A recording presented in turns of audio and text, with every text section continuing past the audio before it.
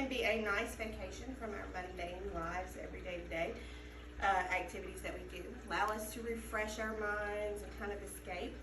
However, studies show that those who frequently daydream are most often sleep deprived. Cleveland Clinic suggests that adults get 7 to 9 hours of sleep each night, and teenagers need 8 to 10 hours of sleep each night. However, 35.2% of Americans report sleeping less than suggested, meaning they're not getting their everyday 7 to 9 hours. Many reasons can contribute to why we're not getting enough sleep. As a new expecting mother, full-time mom, full-time nurse, full-time student, good night's sleep can be hard to come by sometimes. Full agenda and medical conditions can sometimes lead to a lack of sleep at night and unable to rest comfortably. Even though I myself do struggle sometimes with acquiring enough sleep, many others do so as well. In fact, it has become a problem in the general population these days. So I'm going to go over the process and help you understand a little bit more about sleep deprivation and maybe some techniques that you can incorporate to help reduce sleeplessness. So what exactly is sleep deprivation? Sleep deprivation is defined as less than 5 hours of sleep each night, and that's far less than the recommended 7 to 9. There are 2 types of sleeplessness or sleep deprivation. There is acute, and then there's chronic. Acute meaning few days of less than 5 hours of sleep each night, and chronic meaning a few months. Usually they go by 3 or more, making it chronic. Usually those are caused by medical conditions. So what are some contributing factors to a lack of sleep? Poor sleep hygiene, going to bed late, not having a sleep routine, lifestyle choices of partying late, choosing to read the book, choosing to watch the movie, not go to sleep instead, work obligations, maybe picking up the extra shift that your boss would want you to, working late, and often shift workers tend to have sleep deprivation because working night shift or evening shifts tends to throw your circadian rhythm off.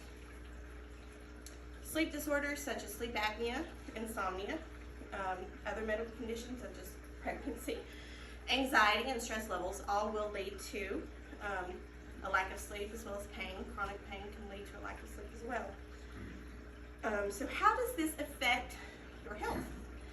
It can affect your health physically, mentally, and can also affect your safety. So physical health, you can increase your risk for colorectal cancer by up to 36%. You are at an increased risk for heart disease by 48%. Also an increased risk for high blood pressure, which also leads to other risks, such as stroke or coronary artery disease. You're more likely to be obese and at a higher risk for diabetes. You're also 3 times more likely to catch a cold because sleeplessness will lower your immune response. How does it affect your brain? There you are at a 33% increased risk for dementia and mood instability, risk for anxiety and depression, decreased concentration, and increased forgetfulness. So your memory may not be what it needs to be because your brain's not getting the rest it needs. Safety. There are 6,000 fatal car crashes each year caused by drowsy drivers. And each month there are 1 in 25 adults that fall asleep at the wheel. It decreases your decision-making capabilities. You may not be making the most healthy decisions for your life when you're sleep deprived. So what can we do to help incorporate a better sleep cycle? Number 1 is to have a constant sleep schedule. Try to go to sleep at the same time every night, wake up at the same time every day. Create a bedtime routine where you have a certain time where you go put on your pajamas, turn the lights down a little bit, decrease stimulation, maybe read a book, drink a cup of tea. Plan your sleep, budget enough time. If you have to get up early the next morning, know when you need to go to bed by in order to get the correct amount of sleep that night. Set boundaries. Tell your friends, hey, can't go out tonight, got other things, got to take care of myself a little bit. And maybe skip the extra shift at work. Tell your boss you can't stay late. Tell them you can't pick up that extra shift. Another big one is to avoid sleep interference. Number one is electronic devices, TVs, smartphones, tablets. All of them emit a blue light, which decreases melatonin in your brain. Melatonin is the hormone that helps your brain fall asleep each night. So by spending more time on smartphones, tablets, you're decreasing your melatonin and you're going to have a harder time falling asleep. Avoid alcohol, caffeine.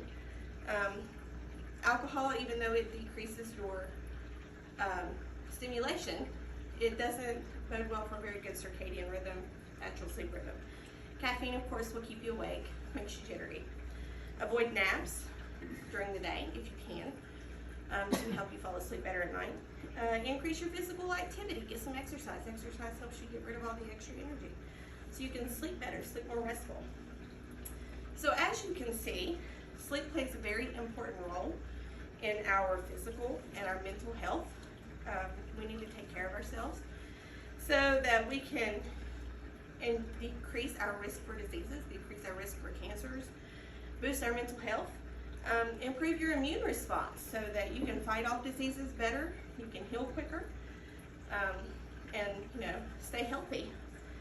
I hope that you have gathered a deeper understanding of how important sleep is today, and I hope I've shared some techniques with you that you can help improve your sleep cycle. Thanks, guys.